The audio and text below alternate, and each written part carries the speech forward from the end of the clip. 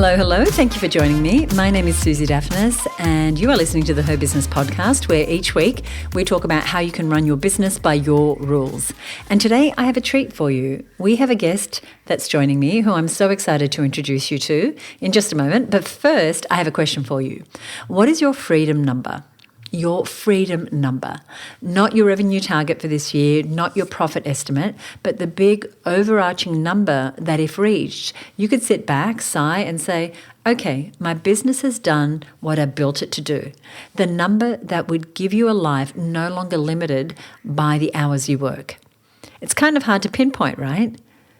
We dream of that kind of freedom every day, but more likely than not, you haven't put a cold, hard number on what that freedom looks like. And my guest today believes that setting that freedom number, that end goal, affects every decision you make as the leader of your business. It determines the business model you build, the team you put around you, the offers you spend so much time on. All of it is connected to that number, that visionary number. Now, my guest launched her business at the age of 24 simply because she refused to work for anyone else.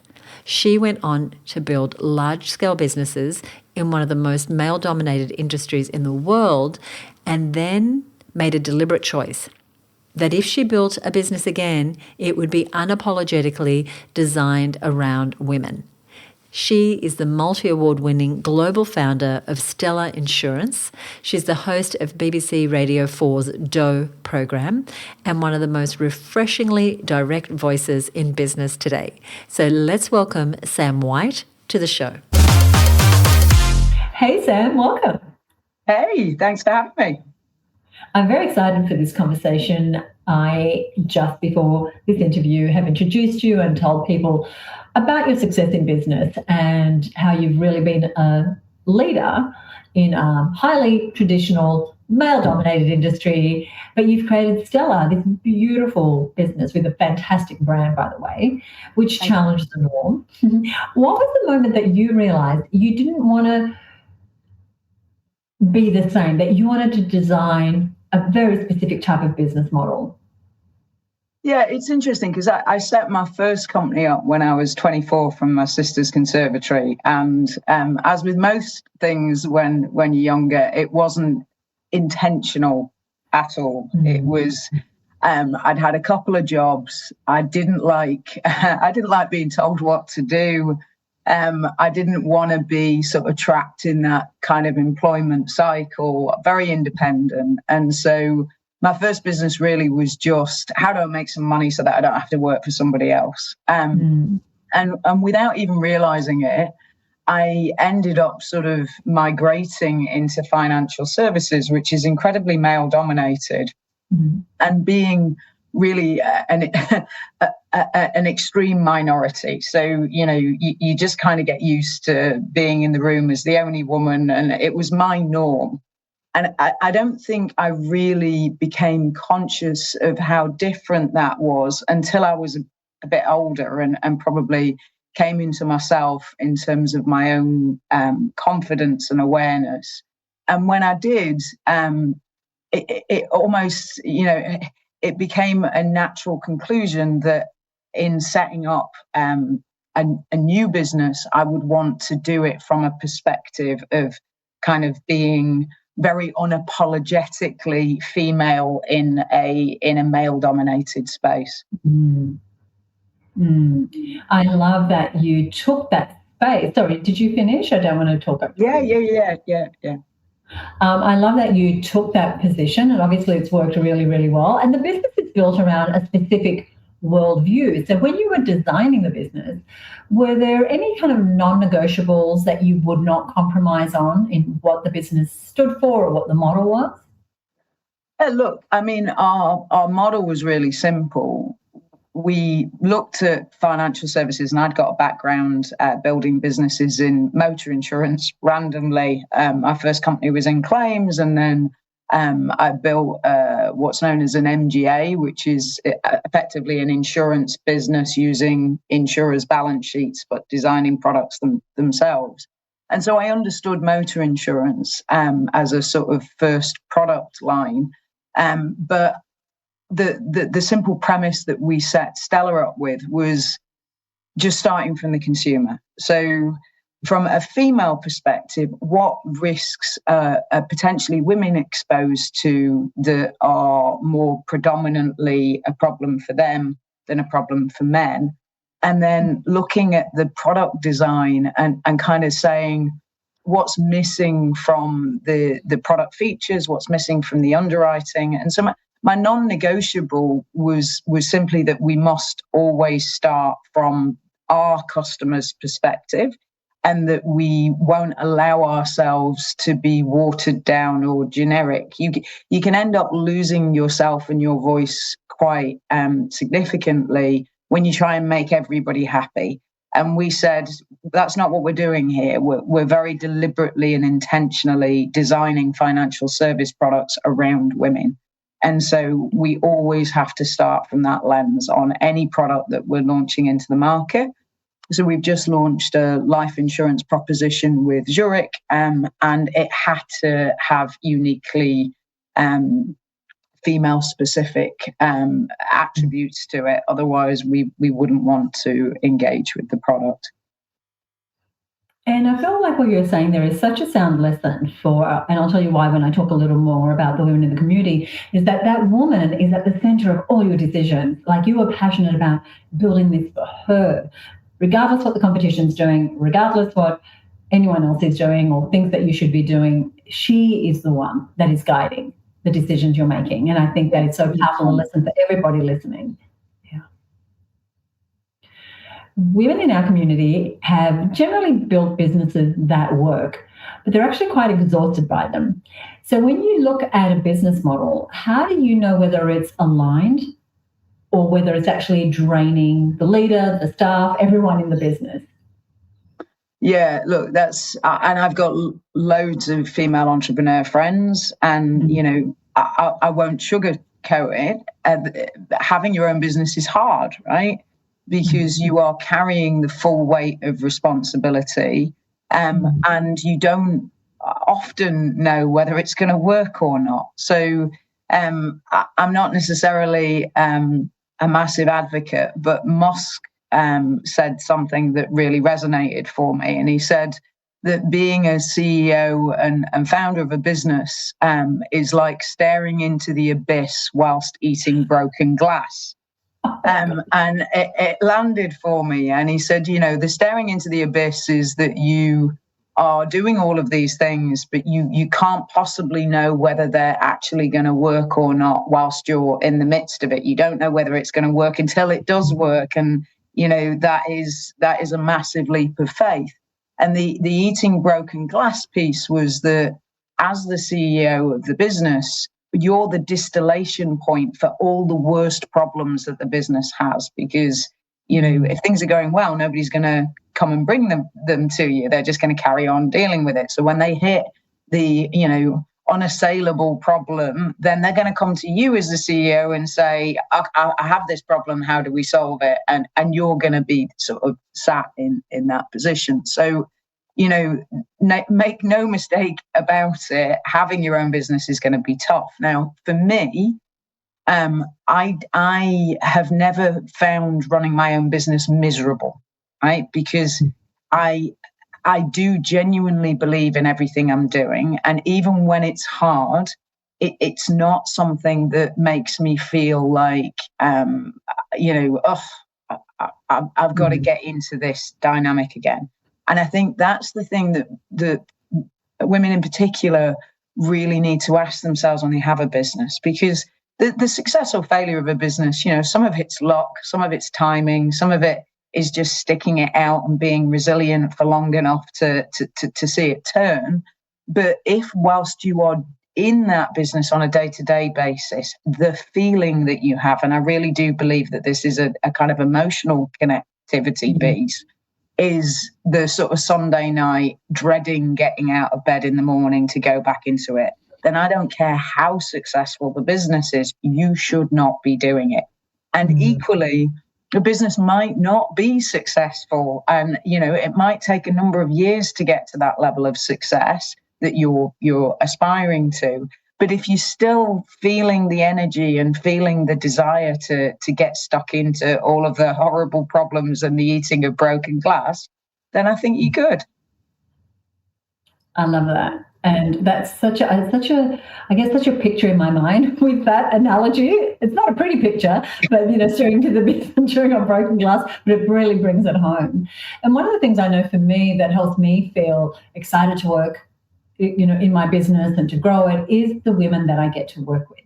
And so you made a bold decision about who Stella is for and implicitly who it's not for. How important do you feel exclusion is in designing a sustainable business model? So going back to that ideal client, how important do you feel it was for you to know, here's who we're not for, this is not the woman we're for, and this is the woman we're for? Yeah, look, so underwriting, ironically, from an insurance viewpoint, naturally does that from this is the profile of people that that we want to underwrite, that we think are going to be successful customers. So there's an element of commerciality to who you're choosing from a customer base. Now, I would say like we do insure men. We don't not insure men. So we never intentionally exclude anybody. But you also do need to decide who you're designing for. If other people then decide that they enjoy that or like that and want to engage with it, I often say I love Chinese food, but I'm not Chinese. You don't necessarily have to be part of that community in order to appreciate things that community might naturally appreciate. So I think, being true to your product design and just not worrying about whether that will be received by everybody in the way that you intend it to be received is important. I think it's important in life. Not everyone is going to enjoy you or understand you, but you can't be changing your behavior in order to fit somebody else's version of what is the right way to be or the right way to show up. And I think it's very much the same with your business. You decide what your business needs to be and who it needs to be for, and then you let the consumers make their own minds up about that. That is so aligned with our tagline, which I'll ask you about later, which is your business, your rules. So I'll come back to that. But building a business in insurance, I assume it means regulation and risk and compliance, not a lightweight business model in any way. How did you design Stella so that you could scale it without being involved in every decision along the way, knowing that there are these important areas of the business and things that need to happen? Yeah, look, so I live in the UK, the business is in Australia. So I can't afford to have a business that is entirely dependent on me and the decisions that I make on a day-to-day basis. And so I think two main things with Stella have allowed us to scale effectively. One is technology. So we built our own policy administration system from scratch. And we made sure that the technology was reflective of the experience that we wanted the consumers to have, which was, easy, light touch. We knew that a lot of insurance company processes to get cover were very laborious, lots of questions, manual processes. We wanted to take all of that out. And so we really kind of streamlined the experience. And that means that we have over 10,000 customers on the platform, but we only have 4 people in the call center because actually the customer can work digitally with the platform without having to go through to a call center, which, let's face it, nobody really wants to do, particularly not to talk about insurance. I mean, we have lovely people in our call center. But insurance is not a product that people generally want to spend an awful lot of time and their life on. They want to make it easy. So the technology from a consumer perspective allowed us to standardize that experience. But from a business design perspective, I think it's important to make sure that your structural infrastructure it is robust. And that for me is about aligning the team with the business objectives, but allowing them to make it their own. So we run a process. We run in 90-day sprints because, quite frankly, beyond 3 months at the moment, with the way that the world is actually, you're pushing it. And I know everybody, when you're raising money, wants a 3 and a 5 year plan. But my experience is that you have to anchor people in the here and now. So we have 90-day plans for all areas of the business. And we have OKRs that start with the simple kind of, this is what's important to the business, this is what's going to drive success. And then the individuals have their own OKRs, which they come to us and say, all right, your goal here is to grow from here to here.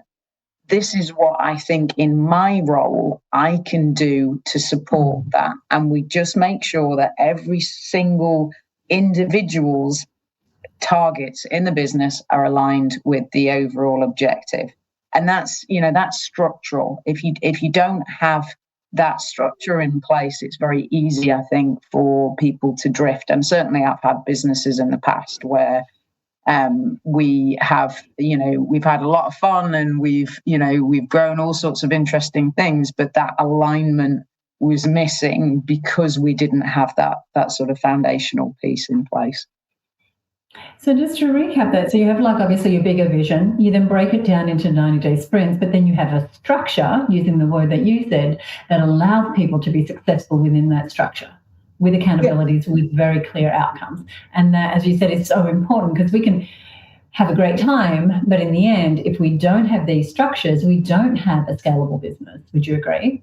100%. So, I like weight training. I went on a bodybuilding kind of process 12 months ago. Now, you can't build muscle in the gym by just turning up and messing around with various different machines.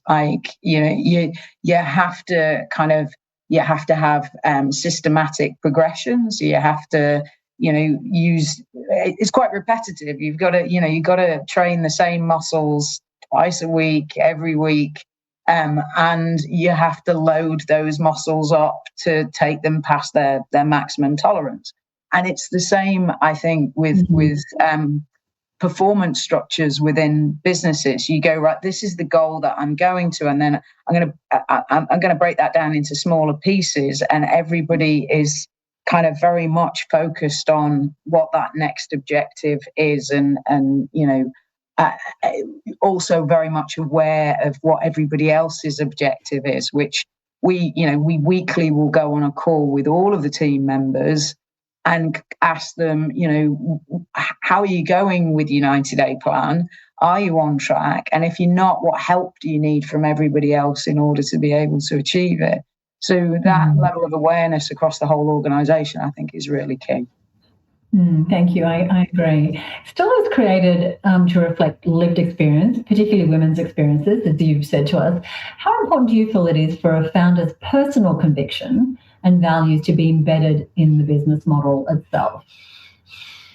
Yeah, I mean, I don't think it necessarily has to be the founder.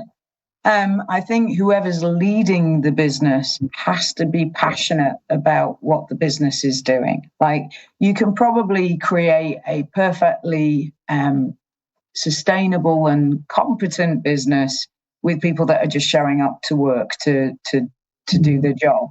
But I think going back to the eating broken glass, you, when running a business, are always going to hit some pretty big challenges. And if you're not passionate about what you're doing and caring about what you're doing, then I think it's very difficult to get the resilience needed to overcome those challenges. Absolutely. And you've built businesses over different seasons of your life. How has the definition of a good business model changed as you've matured as a leader? Yeah, so look, my first company, I grew to an £18 million turnover, 3-4 million EBIT, And at that stage of my life, by the time I'd got to that, I was still only probably 34. And at that stage in my life, I was just, I didn't have an end in sight. I was just having fun and building the business, and an opportunity would come up and I'd take it. And, I'd see where it took me, and then on to the next and on to the next. And I was enjoying it for the sake of enjoying it, which I don't have any regrets about. I had lots of really fun experiences and, built some good teams. But I think as you get older, you start to realize the game that you're in, and you start to align that with your own sort of personal legacy, sense of purpose, and also, your individual needs. And somebody said to me quite early in my entrepreneurial journey, you need to build with the end in sight. And I was always like, I'm not bothered about that. I'm doing my thing, and I'm growing it. And actually, now when I build a business, I do start from that end point. Like, what do I need as an individual, and what does good look like for this business that would enable it to be sellable? And that's, you may well have people in your network that are saying it's a lifestyle business. I just want to, I want to do this forever. And I'm quite happy just to kind of bob along and have my business doing whatever it's doing. But I think if the business is about creating long-term financial security for somebody, then they do have to start from a position of where is my end, and what does that look like for me, and what do I need out of this as an individual. And it's perfect for what I'm about to ask you, which is if you were advising a woman who's already been successful in her business, but she's at this inflection point. So she perhaps has been in the business 5, 10, 15 years and, started with a passion, and now she doesn't want to start over necessarily. She's still got some juice, but she wants to lead differently, lead the business. What is the courageous decision that she might make about her business model or the business itself that would be a good thing for her to consider as she's looking into her future? Yeah, look, the two things I always say to other female founders in that set of circumstance, one is what's your number? So what amount of money would you need to kind of not do this anymore, right? And then you very simply work back from that. So I was chatting to a lady the other day who had a food business, she made protein cookies that she'd started in her own kitchen. And I mean, the business was really starting to scale. She'd got in a number of stores. And I said, what do you want? And she said, well, I want to sell. And I said, that's great. How much do you want to sell for? Because that's your end point. And she sat and she looked at me and she said, 10 million. So I said, right, okay, what are the multiples in your industry? Do you know? And she said, I think that they're 8 to 10 times. So I said, right, so you need to get your profit to 1.2 million, and then you've got the ability to sell your business for the 10 million pounds. I said, now if you look at your business model, she'd got a few different lines of products. It's like, how long do you want to be in this for? And which line of products is the most profitable line that you have right now with the highest margin that you can kind of really delve into to get to that number? And I think the second thing for me is being ruthlessly honest with yourself about what you're good at, and more importantly, what you're not good at. Now, for me, I love the vision bit. I love doing deals. I love kind of connecting and putting the pieces on the table in the first instance. I probably don't love the operational day-to-day grind. And so in a very early stage with all of my businesses, I will bring in people that do have that skill set, who do like the detail, who do want to kind of roll out these internal processes, and that frees me up to do the things that I believe are my strength, and also the things that I enjoy. Because if you can't design a business so that it's actually playing to your strengths and you're doing the things that actually you enjoy on a day-to-day basis, what's the point? You might as well have a job with somebody else and take the pressure off. Yeah, because it's a miserable place to be when you're spending the days not doing what you're really good at or what you enjoy. And really this message that I wanted to work with you on today is this leading differently, really taking the reins of our business. And I love your rebelliousness. I love that you said, great, they're all zigging, I'm going to zag. I'm going to go that way. And one of our taglines at Her Business is your business, your rules.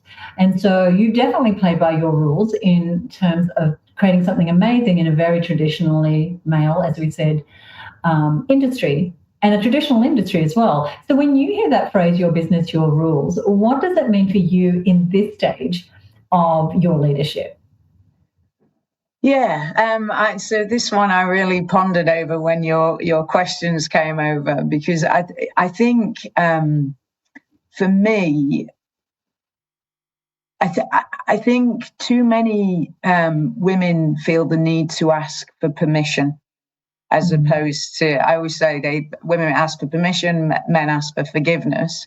But you can be as brave and as bold as you want to be. That is the magic of setting up your own company. I was never particularly artistic at school, but I like to think I'm creative. And the point of having your own business is you've got a blank sheet of paper. So what does good look like for you? And your business, your rules means exactly that, right? Psychological safety is really important for me. So I very much lead from a place of vulnerability. I'm very open with the team. I'm open if I'm struggling with something or I need help. And that was critical for me because I don't want to be in an environment where I feel that I'm not being authentic. And it's my business. So I can create environments and that may well not suit certain individuals. Some people, are very reserved. They consider that work and business, work and home should be kept incredibly separate, and they have a professional persona. And I say to those people that's great. When you set up your own company, then you might have a more, sort of traditional corporate perspective on the world. But if you're setting up your business from scratch and it's your business, then you can design it down from, the emotional engagement with the team to the type of product that you run to the hours that you have. Like we have 4-day working weeks in my businesses, and that was something that at the time was quite a brave decision and sometimes can be quite challenging. But having work-life balance is important to me, spending time with your family, making sure that you take care of yourself physically.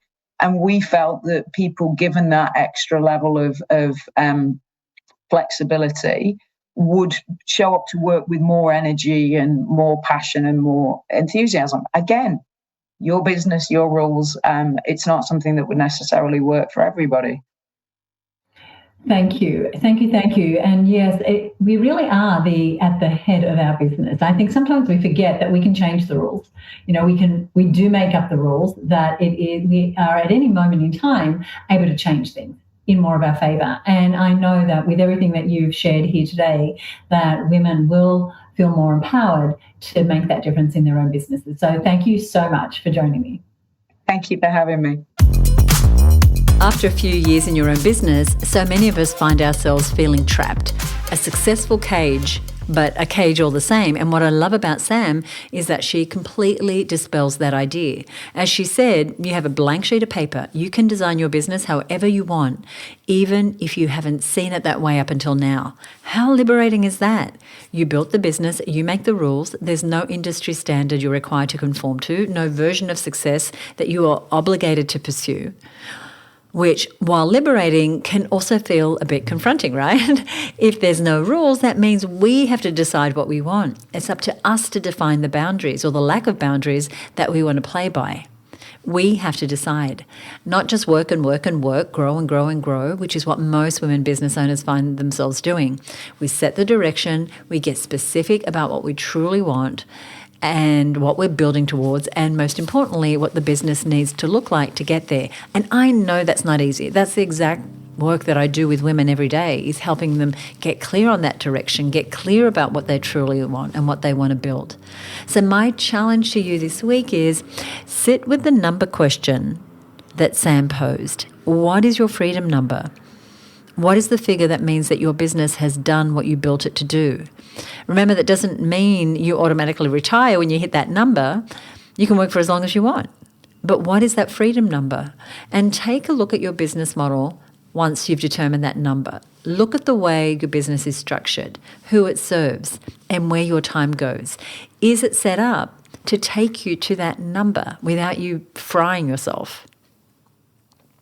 Something to keep in the back of your brain this week as you do all the amazing things that you are doing. Now, you can follow Sam's work and Stella Insurance at the links that I'm going to put in the show notes. You will find the show notes at herbusiness.com/365. That's herbusiness.com/365. I would definitely visit her website, get an estimate for your own insurance. This is an important part of business that isn't immediately sexy, but so essential, especially as you are growing. And if this conversation with Sam resonates with you, I would love it if you would share this episode with a business friend who might need to hear it today. Sharing the show, leaving reviews, is what helps us help more women business owners grow their businesses by their rules. If you're new to the show, be sure to hit follow, subscribe so that you catch the next episode. We're publishing every single week, interviews, answering listener questions, me spouting off about something that I'm learning. And so if you want to be a part of that, just go ahead and make sure that you are subscribed so that you get the next episode. Once again, the details for Sam and the work she does are on our website at herbusiness.com/364. You'll also find a summary of today's episode and links to any resources that we've talked about. Join us in the next episode for more inspiring stories and lessons from successful female entrepreneurs. We've got some amazing interviews coming up, some great questions that we're answering, and you'll find us right here next week here at the Her Business Podcast. Bye for now.